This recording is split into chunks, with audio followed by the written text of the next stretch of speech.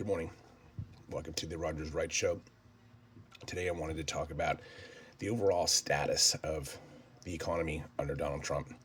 It's not boring. I know you might think it is. And there's always a lot of rhetoric out there that we're headed for a recession, unemployment's way up. Well, none of that is true. So, the first thing we want to look at is the gross domestic product. Now, that gets updated and it's estimated and it does fluctuate a little bit as they go back and revisit numbers.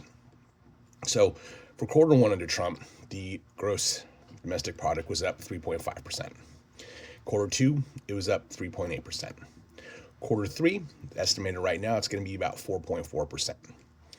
For quarter four, the estimation is it's going to be somewhere between 3.2 and 3.7%. So that's all good. Anything above 2% is fantastic. Now, what's the unemployment rate? Well, under Trump, it's been between 4 and 4.4%. That is actually considered full employment. Now, if we want to go and look at what's the affordability mean, well, let's look at actually food itself. So over the past 12 months, food prices are average on the nationally up 3.1%. Now, if we look retrospectively, in 2023, they are up 5%. In 2022, they are up 11.4%. So the price of food went up drastically higher under the Biden administration than it currently is now. If we want to take a look at credit card spending, which is usually a good indication of how the economy is doing, if people are spending money, they're willing to use credit cards.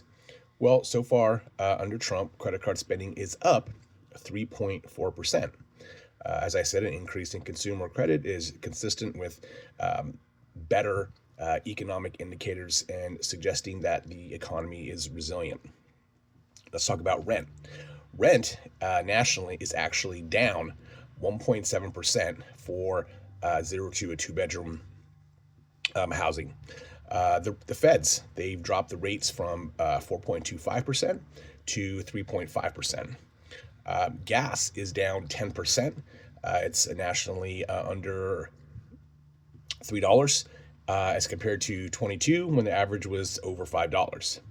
So we got to realize, though, that the feds can't cut rates too drastically because that leads to more spending, which leads to inflation.